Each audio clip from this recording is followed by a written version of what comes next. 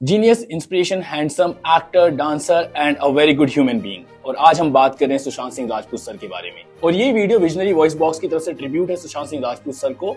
और अगर आप सुशांत सिंह राजपूत सर के फैन हैं तो इस वीडियो के अंत तक बने रहिए।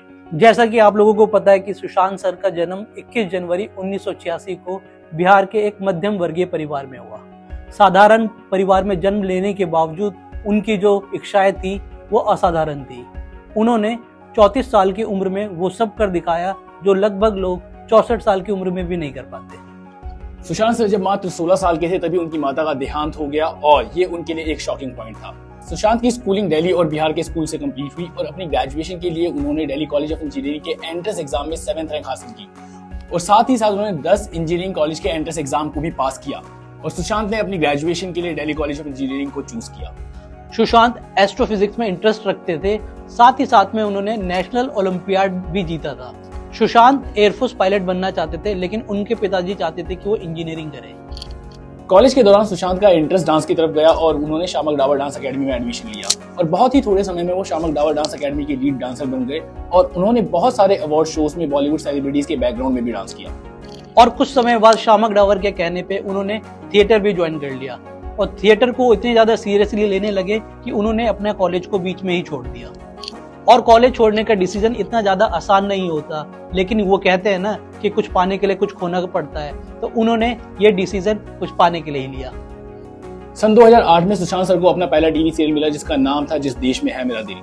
इस सीरियल में सुशांत सर को साइड रोल में कास्ट किया गया था, लेकिन उन्होंने साइड रोल को भी इतनी शिद्दत से निभाया कि बालाजी टेलीफिल्म्स को उनको लीड रोल में कास्ट करना पड़ा और उनको पहला सीरियल मिला पवित्र रिश्ता और वो उनका लीड रोल पहला सीरियल था। सुशांत को पवित्र रिश्ता के अंदर इतना सराहा गया कि वो हर घर के बेटे बन गए थे और बहुत सारे यंगस्टर्स उनमें अपने आप को देखना शुरू कर चुके थे और वो उस समय के इन डिमांड एक्टर्स में से एक थे।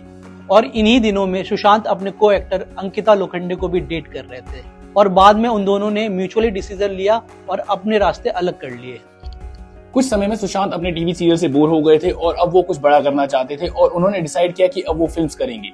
लेकिन फिल्म्स करना उनके लिए इतना आसान नहीं था क्योंकि छोटे पर्दे के कलाकारों को बड़े पर्दे पर बहुत जल्दी से कामयाबी नहीं मिलती है और इसके लिए उन्होंने डिसाइड किया कि वो फिल्म मेकिंग का कोर्स करेंगे, जिसके लिए उन्होंने कैलिफोर्निया यूनिवर्सिटी में जाकर एडमिशन लिया और फिल्म मेकिंग के कोर्स को भी उनको बीच में ड्रॉप करना पड़ा क्योंकि उनकी पहली मूवी उनको ऑफर हो गई थी। लेकिन अपनी पहली मूवी को साइन करने से पहले भी सुशांत सर ने 4 स्क्रिप्ट को रिजेक्ट किया क्योंकि वो अपने पहली मूवी के साथ कोई भी इनजस्टिस नहीं करना चाहते थे। और पहली मूवी के लिए जो उन्होंने स्क्रिप्ट चुनी वो थी स्क्रिप्ट काई पोचे की। काई पोचे 2013 में रिलीज हुई थी और पहली ही मूवी से वो लोगों के दिल में बसने लगे। सन 2008 से लेकर सन 2020 तक सुशांत सर ने अपने बेहतरीन अभिनय से अपने दर्शकों को एंटरटेन किया।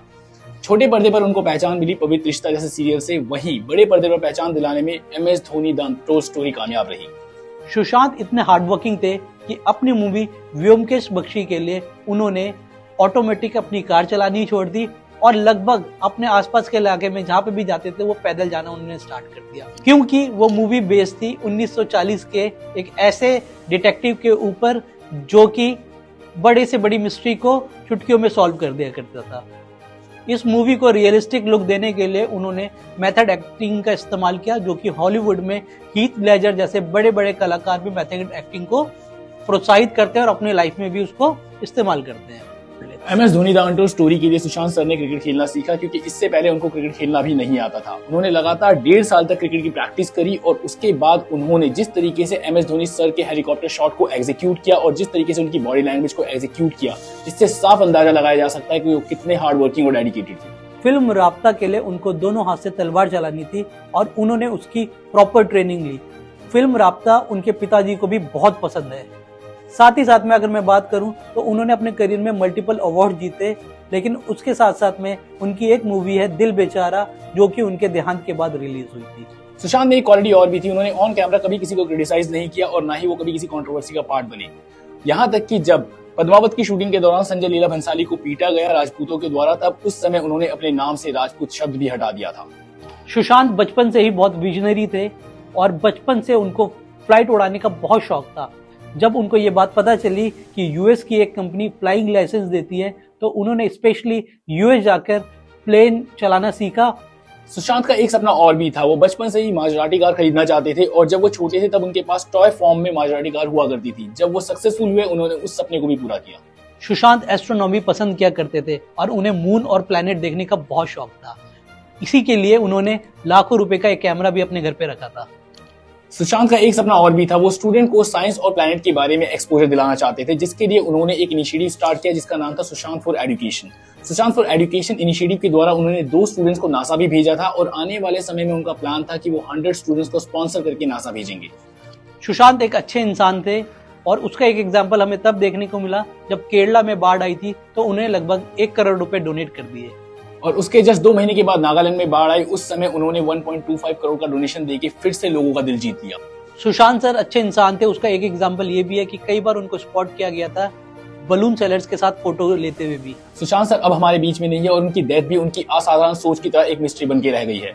वीडियो के अंत में बस इतना कहना चाहूंगा, सुशांत वी मिस यू। और आप लोगों से ये पूछना चाहूंगा कि आपको सुशांत की सबसे अच्छी क्वालिटी कौन सी लगती है, कृपया कमेंट बॉक्स में जरूर मेंशन करें और हमारे इस चैनल को लाइक, शेयर और सब्सक्राइब करें। तब तक के लिए tata bye bye, take care.